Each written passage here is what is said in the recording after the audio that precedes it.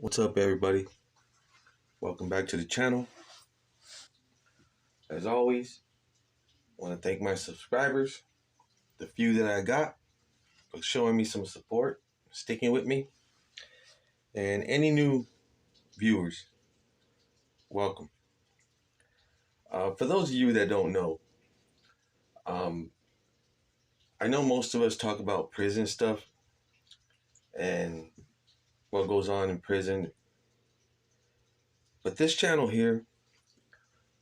talks about life in general. It's not always about prison. It can be something that happened on the street. It could be some advice I just wanted to share. Or if you have a question you want to ask, you know, I can probably answer it for you. I guess that's the misconception that people are getting about me is I'm not here just to talk about prison. I'm not here just to talk about what goes on in prison, because that's already talked about so much that almost every story is the same. Just different players, a different prison, a different yard, different level, but it's all basically the same. You know, there's a few things in prison that start a prison riot, and that's basically in every riot story.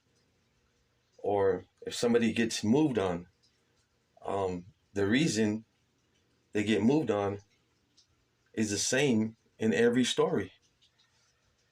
Somebody gets removed, it's the same in every story. It's like that's the thing about politics is when politics are being played, the same thing is going to happen over and over and over again, and it's just worded in a different way, but it's basically all the same thing. People getting removed, people going to SNY. That's all you hear. People getting um, stabbed for not functioning or not following uh, protocol or something. It's in every story. Somebody talking bad about somebody else. That's in every story. You know, so yeah, the stories sound good. You know, sometimes, but at the same time, they're all the same, and people just have different sides involved, different factions involved, and that creates a whole different story. But it's basically the same thing. You know, whether it's a Mexican disrespects a black person, okay, that's one story, that's one riot. But in the next story, the black person disrespect the Mexican, it's another riot. But it's the same thing. So that's why I don't really talk about stuff that happened in prison, because for one, I don't glorify it. Two, I'm not proud of it. And three, I'm here to give advice, and I'm here to share things with people that I feel that can help them with a certain decision they're making, or something they're thinking about, or some insight on something, a certain, you know, anything. I talk to people about a lot of stuff. I'm 53 years old, and most of that time been locked up. So, you know, I know a few things. You know, I don't put everything all out here on YouTube. And I mentioned why I don't, you know, because some stuff is not meant to be talked about. And some things that I don't know them so I can share them with other people. I know them because people trusted me enough to tell me, and knew I would keep it between us. You know, so I know about the OGs, but like I said, I don't talk about them because it's not my job to talk about them. You know, people talk about them, they tell stories about them. You know, they speak freely about it, but that's why they have to move away. You know, I don't speak on no organization like that. yeah, I talk about the Bulldogs, I talk about Southsiders, I talk about Northerners, but as far as the OGs go, I don't talk about them. You know, I know how they function, and I know what they're capable of, and I don't want to put myself in that position or somebody I know in a fucked up position, because quiet is kept. If they want to get you and they can't get you, they'll get somebody close to you. They'll get a family member. Just depends what it is, and you know if it's really serious and they really got a contract out on you, they'll reach out and touch somebody. But that's stuff that's not supposed to be talked about. All this stuff that's talked about on YouTube about the OGs, and people have memories. People don't forget shit. People don't forget when they get whacked, and people don't forget when they lost a homeboy or you know saw certain stuff that they don't forget that shit. And so when somebody brings up an old story, um, people feel some kind of way, and that blood starts boiling again, and they want to get back, but I don't blame them because I would feel the same way. You know, I had some homeboys that were fucked off, and it's nothing anybody can do. But when you hear about it again, it pisses people off. I'm pretty sure it does. For a lot of people, anyone that says it doesn't, then they probably weren't really in the mix like that. Because anyone that's seen some shit, that shit don't go away. You know, especially if somebody had to suffer and somebody went through some brutal shit or brutal beatdown or they got sliced up in the neck or something. That shit don't go away. That shit don't leave your head. You know, so that's why I don't really talk about that stuff, because it brings back memories.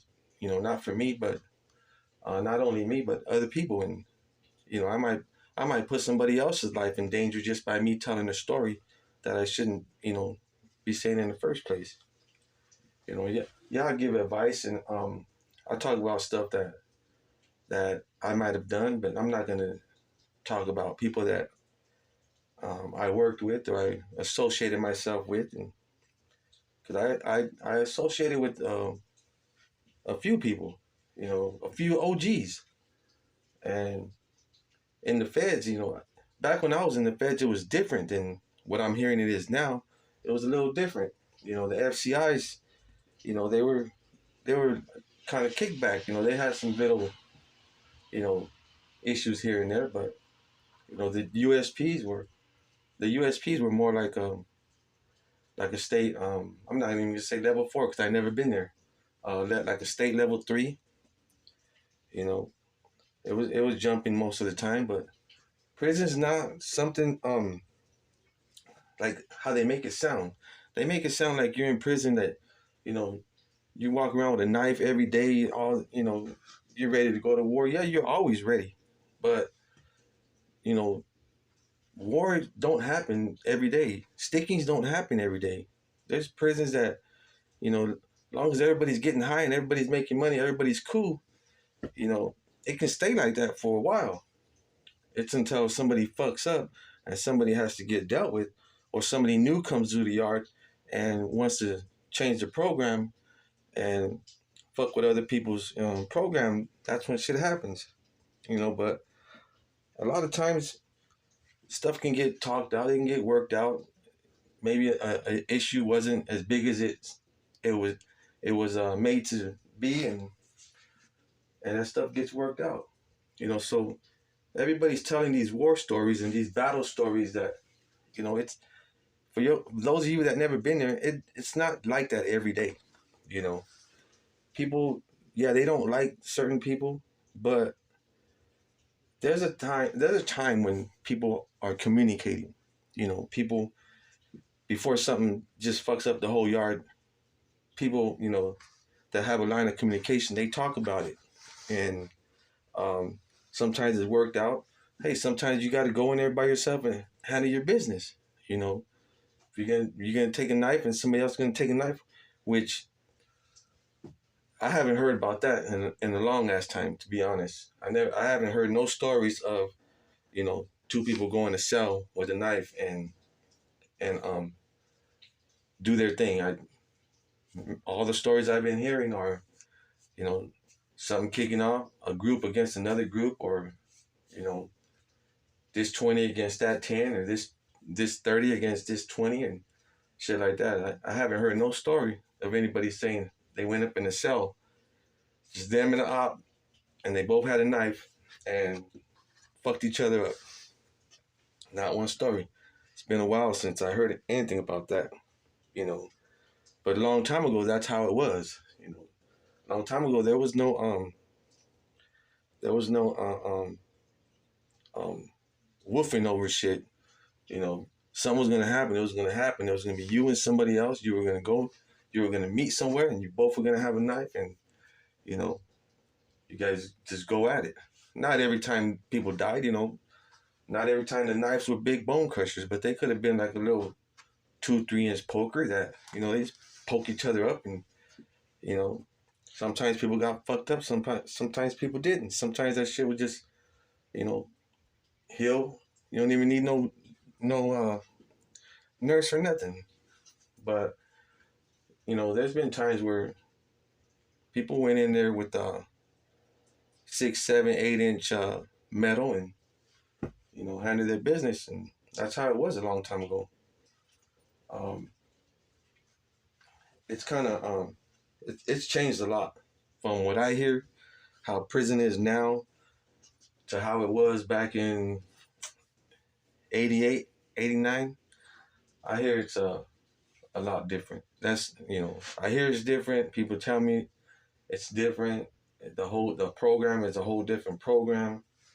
Um, and that's a good thing, in a way, because if people are getting along better than they did, that's a good thing. Because people don't realize it, but all the shit that happens in prison, it's caused by the institution, by the administration. Everything's caused by somebody in charge. The whole fucking Civil War was, you know, caused by the government. And even back then, they divided everybody. Some people wore red, some people wore blue. You know, and that's how they identified people way back then, and that's how they do it now. You know, so people just didn't start gangs just to start them. People started them because that's what the administration wanted them to do. They had to divide people somewhere. You know, they knew people were going to be handling their business, and there's going to be too many fights, and so they had to figure out why they were fighting. And you're fighting for this reason, you're going to be over here. You're fighting for this reason, you can be over here. You know, the major organizations, the OGs, they they were they were they were one group. Way back in the day, there was just one group, and they started fighting amongst themselves, where they divided, and they created the other OG faction. You know, but that was just them, their own in-house fighting. Everything's created by something else. History just repeats itself over and over and over. Um, Something forms, and later on down the line, um, a group within a group starts to form. Then they want to control more than what they are, so they branch off. Then a group inside that group, it just keeps going on and on and on and on. And before you know it, 20 years from now, you're gonna have 2,000 different groups, and each group is gonna have 20 people. Just like that old movie Warriors from New York. That's how gangs are gonna be. Or gangs are gonna just have 20, 15, 20 people each gang, and they're just gonna have to battle it out, which would be kind of cool. Better fighting 20 than fighting 100, right? I mean, that's how I would see it. If every gang was just like that, it'd probably be a lot safer. But and then you'll have gangs that click up with each other and that are cool with each other. And here it goes again. History is just going to repeat itself all over again.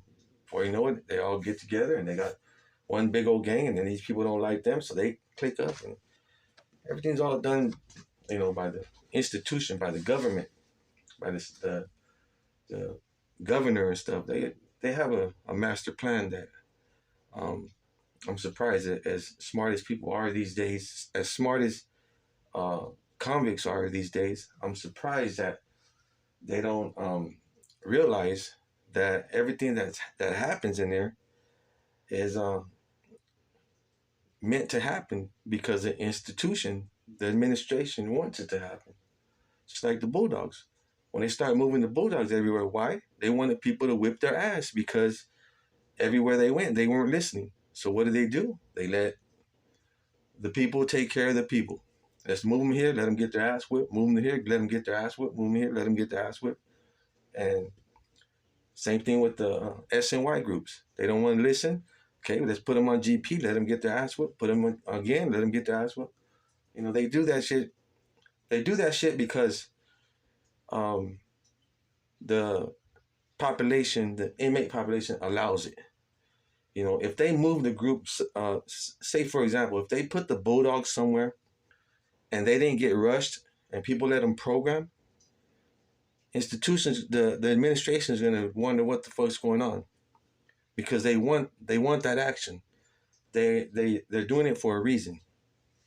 And when it doesn't happen, because the inmate population finally figures it out and realizes that they're using them to clean up, to do something for the administration, then that's basically they're doing their dirty work, and they're not getting no kickback for it. They're not getting extra packages. We're gonna put this group on here. You guys rush them, fuck them up, and we'll give you guys extra packages. They're not doing that shit, But people haven't realized it yet. People haven't seen it for what it is. Yeah, you're gonna clean up. You're gonna fuck these dudes up for us, but at the same time, if you fuck them up too bad, then we're gonna get you with some more time. People don't see that. They don't recognize that. They don't recognize that the real enemy is the green wall. That's the real enemy. And until the inmate population understands that and understands that they don't control the prisons, they might feel like they control the yard, but the green wall controls the yard. I mean, long time ago, it's not like now. A long time ago, if you talk shit to them, they'll take you in the back and they'll fuck you up, and you won't get your mail and you won't get no phone call, and there's nobody you can holler out to, and nobody's gonna give a fuck. And it's up. It got to the point where people in their own group, in the administration, in the staff, they started feeling sorry for them. They started feeling sorry for the inmates. They started exposing the brutality that was going on. But if it wasn't for that, it would still keep going on. It does still keep going on, and that's why you hear about the lawsuits. But sometimes it just gets to a point where they don't give a fuck. Then they're willing to take a lawsuit, or they're willing to fight it in court. Back in '93 when they caught me messing around with that one CO, they were pissed off at me. They were saying that I fucked her life up. I fucked her whole life up because she was getting good money and good benefits, and she had one of her kids were disabled, and they needed that medical benefits. And they were mad at me. They fucked me up. They fucked me up about 4 or 5 times, And I'm way in another state, and I don't know nobody out there, and I wasn't getting no visits. So there was nothing I could do but just take that shit and keep talking shit, because that's the only thing I could do is keep talking shit and take an ass whooping. But I let them know what I was thinking. That shit, it only hurt for a minute. until they shit my ass out. And when I got to where I was going, I was just physically drained, like physically just drained. I didn't have no strength to do shit. Like, I was happy. I was finally happy when I got somewhere, just so I could lay down. But yeah, these stories and these prison politics and stuff. The politics still go on in every prison. Um, Basically, there's the same rules, but every yard is ran different. You know, it sounds kind of weird, but you have to be there and experience it to understand it. But even though the politics are the same, the the inmates rules are the same. Every yard is ran different, and kind of let me see a simple way to put it. A simple way to put it would be, say if one group is hitting dope and they're supplying the yard with dope, so people are going to be acting a certain way. If a different group is on another prison yard is hitting dope and they're supplying the yard with dope, then that yard's going to be acting a different way. It's just kind of weird. It's just like, you know, politics are the same, inmates are the same, but the yards are different. You know, it's not brutal war like the stories that people say, and a lot of times people tell a story about something that happened, and it really wasn't like that. It's kind of like when you make a movie. You can make a movie, but if you just make it a plain movie, nobody's gonna like it. So you have to make that movie good in order for people to come and watch it. Same thing with these stories. Of course, you got to make them sound exciting. You got to make them sound good. Um, yeah, there's been some good riots. There's been some good stickings, and there's been some good wars going on the tier. But that's not every day. That's not It's not something that you wake up and go to sleep with. Wake up and go to sleep with. Half the time, if you're in the hole, back when I was there, we would go on 3 or 4 month lockdowns. You know, so you know you just programming your cell. And nowadays I hear they don't even lock you down no more. Somebody can stab a guard and they'll lock you down for 3 hours and let you back out. No, back when I started, if a guard got fucking stabbed, you're gonna be locked down for about 6 7 months, and sometimes a whole year. But the longest I was locked down was 2 years. That's the longest I was locked down. But yeah, nowadays they don't even lock you down anymore. So it's a lot different. It's a lot they people function a lot different. The people themselves, are different. I can see them on the street. I mean, we went from wearing some 501s or some Ben Davisons to sagging skinny jeans. I mean, so not saying that they're any less dangerous, because I mean anybody can be dangerous, but just the person, themselves is that has changed a lot. You know, uh, the code of conduct for some groups has changed. Um, Long time ago, it used to be one way, and that was it. Now, so many different groups. Everybody implements their own set of rules, and you know, they still got the major rules. They still have, no child molesters, no snitches, nobody with no funny paperwork.